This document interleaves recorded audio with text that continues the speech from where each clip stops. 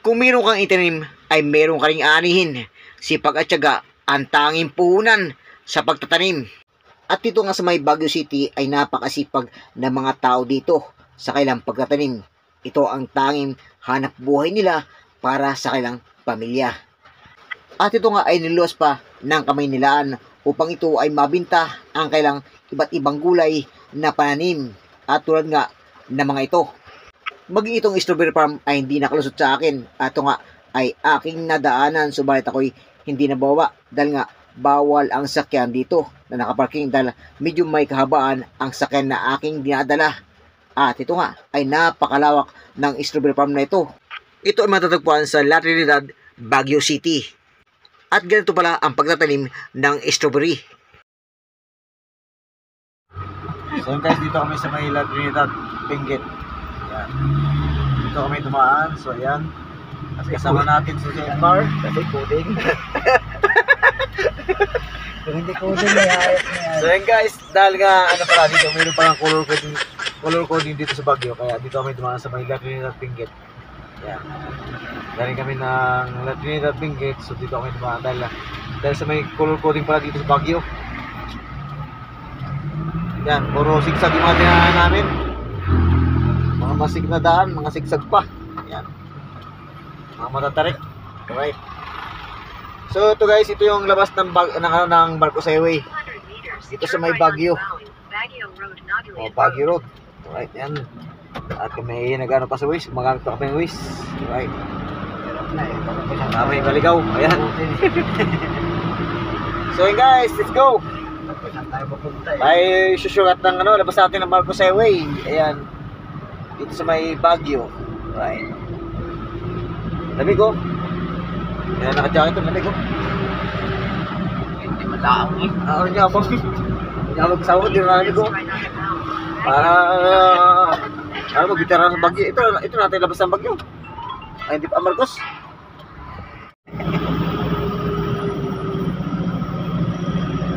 I love you.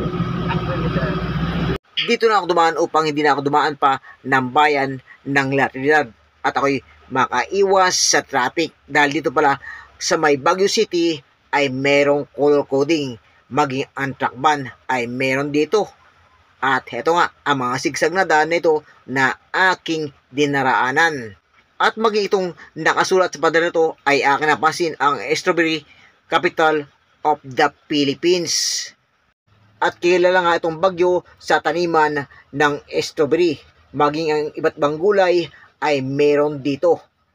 Maging tulad ng daan na ito, umpisa pa lang ako sa aking biyahe ay kitang-kita ko na ang sigsag na daan at matarik. At ito nga ay bigla-bigla ang mga likuan. Maging itong kamangang suot ng igorot ay ginuhit dito sa pader na ito. At dahil nga dito sa Baguio City ay mga katutubo ng igorot. Maging ang mga costume nila ay ginuhit dito sa pader na ito. Ang iba dito ay kabisado nila ang kurbadang daan na tulad nito. Subalit ako ay talagang nangangapa pa dahil ang kurbada nito ay delikado. At tulad nga ng daan nito sa gilid ay talagang kitang-kita mo ang matataas na bangin. Ayan guys, tulad ng daan na to, ayan, yung ibang mga sakyan dito, umagapang dahil pataas at palusong itong daan na to. Ayan. Ayan mo yun, nakatuwad na. Right.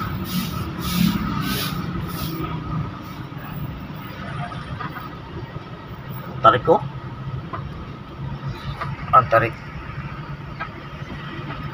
So guys, dito kami sa La Trinidad. Galing kami sa La Trinidad, Benguet. Aroy. So yun guys, palusong itong daan na tinatahak namin. Ayan. Yung mga dumadaan dito, pasalubong namin, paakyat. Kaya yun yung sakay, mahirap. Ha? Mahirap, may iba, mahirapan. So, meron pa nakaparking na jeep. Ayan, kaya yung iba nahihirapan yun. Alanganin kasi tapos may nakaparking na jeep. Hindi mo ba jeep? Hindi. Normal ang puta. Doon pa talaga tumigit eh. Ang hirap yung mga ano eh. Yung mga akyat. Tulad ng jeep ito, bakit oh. sa traffic. Siyempre. Sira, ayun o.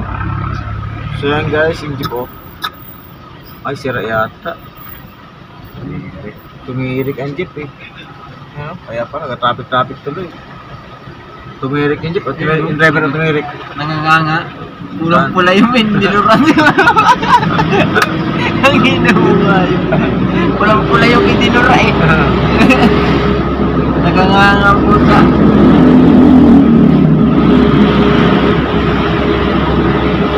Mga bayos, taso.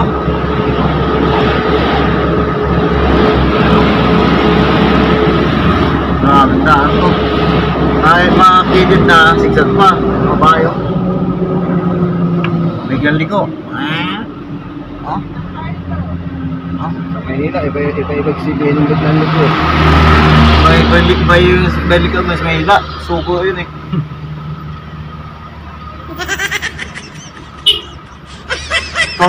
Cordillera Highlands Baptist Church, Magnolia Street, San Luis Village.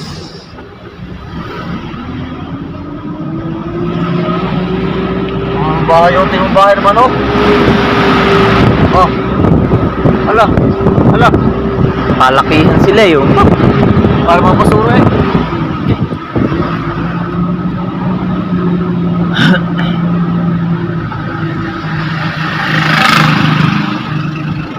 Yung bahay na yan, nakikita sa Marcos Highway yan.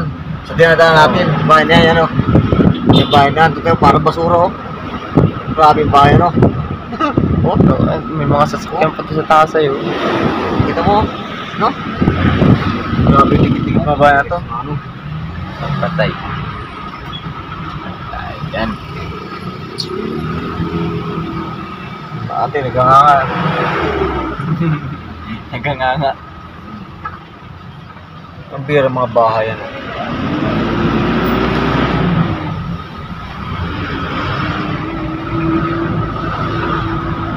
Oh, nagtaka pa ito eh. Ano?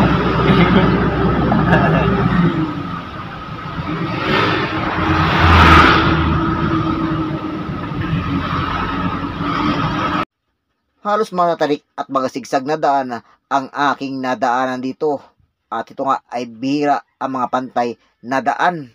At tulad nga ng mga kabahay na to, akala mo ay basura. Grabe yung mga bahay. Akala mo basura eh.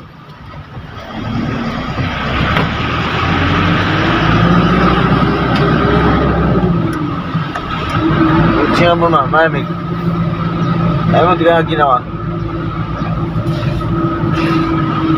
Wala ng chicks eh. Alangayan pa eh.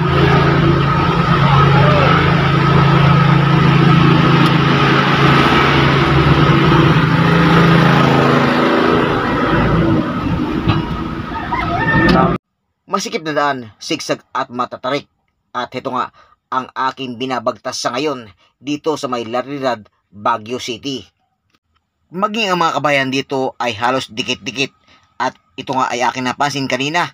Sa di kalayon, akala ko ay basura. Subalit ito pala ay mga kabayan dito sa bundok na ito na aking binabagtas sa ngayon. Dahil nga kami ay babalik na Manila, kaya dito ako dumaan sa lugar na ito. At ito nga ay aking napansin ang mga sigsag na daan at matatarik. Ayun. Ang inaga. Ikaw matakaw ano. Grabe naman yun. Kapag hindi ko makita na halos na yan. Wala nag-uwalis eh. Oh, grabe ba yun? Dito tayo pa sigsag na to. Ayun. Asin Road. Ayun o. Santa Lucia Road. Dito ba tayo? Hindi doon? Pagbi niya tayo ah. Continue on Santa Lucia Road 300 meters. Maraming business pa mga tumakot ng Marcos Highway? Grabe tayo. Ayun o. Parang grabe mga bahay. Grabe mga bahay guys oh. Parang akala mo, mga basura oh. Dikit-dikit oh. Walang yung Pines View. Oh, malapit na sa Marcos Highway. Layo pa tayo sa Marcos Highway. Malapit-lapit na. Hindi ah, Single course eh. malapit-lapit na.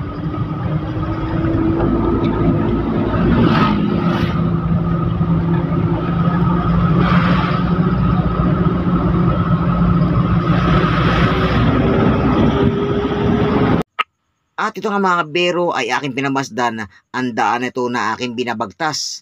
At dahil nga itong kasama ko ang pangsamantalang nagmamaniho sa ngayon. At ito nga, akala mo ay walang sigsag na daan ang dinaraanan at walang matarik kung ito ay magmaniho.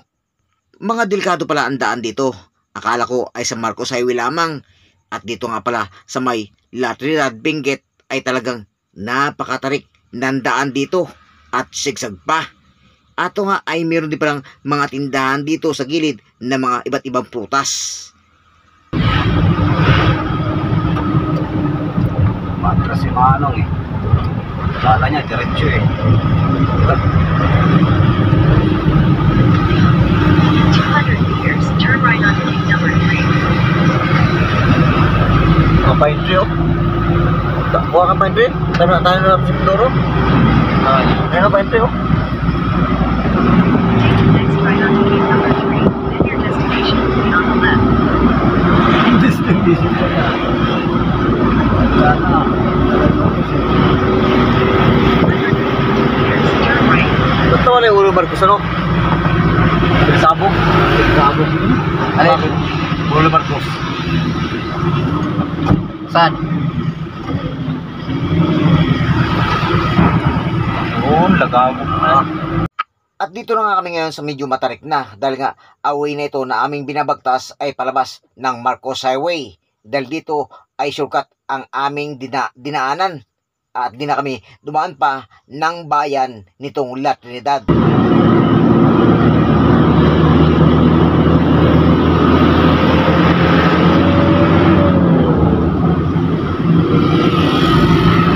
Yati no?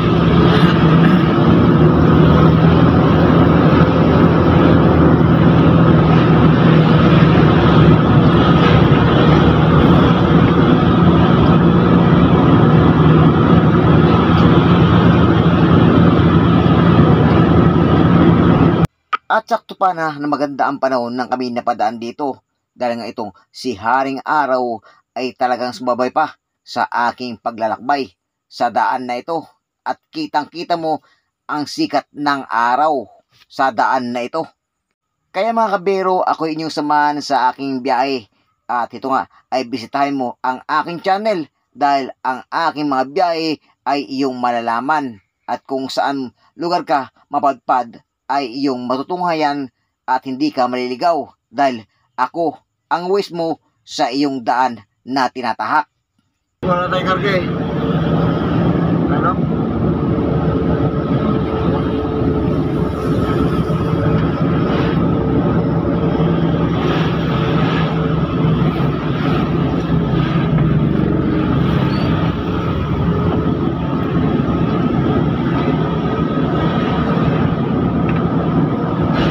Abot naman ito. Ang kamarkos na itong mahuli na ito.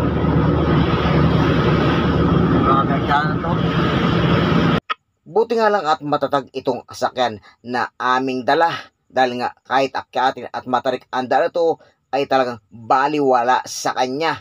Kaya mga kabero, kailangan laging mag-check ng sakyan lalo na ang langis at tubig maging ang brake fluid dahil ito ang malaga sa bawat biyahe natin at sa destinasyon na ating pupuntahan.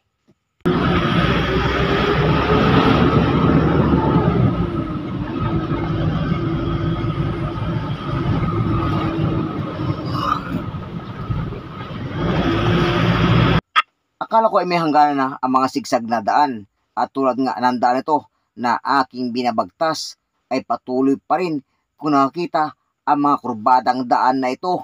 Ang iba dito ay gusto makarating ng Baguio dahil nga dito sa Baguio ay malamig daw. Subalit ito nga ay hindi naman gaano kalamigan ng kami napadpad dito dahil nga ito ay napakatindi ng sikat ng araw dahil nga ngayon ay summer pa rin. At kung hindi ka pa sanay sa daan na to ay talagang kakabahan ka dahil nga sa mga sigsag at matatarik na daan at makikita mo ang gilid nito ay bangin na pala. At tulad nga ng mga sakyan ito ay halos gumagapang dahil sa medyo may katirikan ang daan na to. Tinangan dito, puro akyatin. So, ayan, nakagapang yung aming sakyan. Buti na nga, wala akong pangarga. Empty na yung aming sakyan, empty na yung loob ng aming sakyan, nagabang pa rin. Ayan, no? Ito yung palabas na Marcos Highway. Ayan. Ayan, ito yung arko.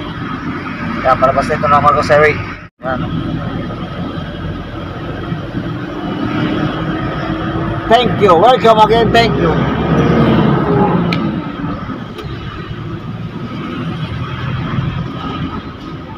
Ayan, patungo ng ng Baguio City. SM City. Ayan. Ayan tayo. Pabike na Manila.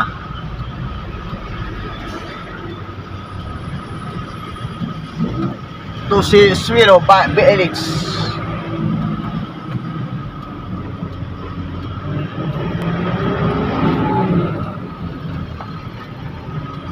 Pagkalipas namin sa matatarik at sigsag na daan, ay heto na kami ngayon sa may Marcos Highway. At ito nga ang daan na patungo ng Manila maging ang La Union. At dito sa may Marcos Highway ay napansin ko na medyo may kalawakan ang daan dito. Subalit pagdating naman sa mga kabayan ay talagang halos dikit-dikit at medyo maisigsag pa rin ang mga daan dito. At ito nga ay palusong ang daan na to na aking binabagtas. At dito nga kami ngayon sa may kurbadang ito. Dahil dito ang way namin patungo sa pabalik ng Manila. May kahabaan din ang pagbiyahe dito sa may Baguio. At yung nga lang talaga ay mag-iingat ka sa iyong pagmamaneho. Dahil nga dito ay halos karamihan ay mga sigsag at matatarik ang mga daan. Hindi naman puti yung potla yun. Sa lamig.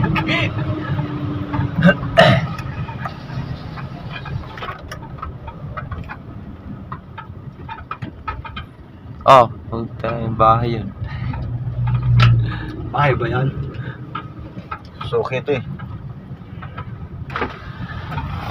Ano? Yung takyo. Oo. Yan man din nakikita natin kanina. Ayan, dito yung tayo kanina. Bagay. Oo.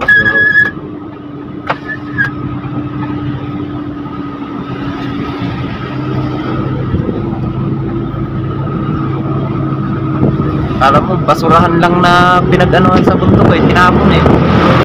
Maging itong kasama ko ay napamanga. Akala niya daw ay basura ang mga kabahayan na to dito sa bundukan ng Baguio. At heto mga kabero, ako'y magpapaalam na at maraming salamat sa patuloy niyong pagsubaybay dahil ang ambiyahe ay napakahaba pa patungo ng Maynila. Bye bye, love you.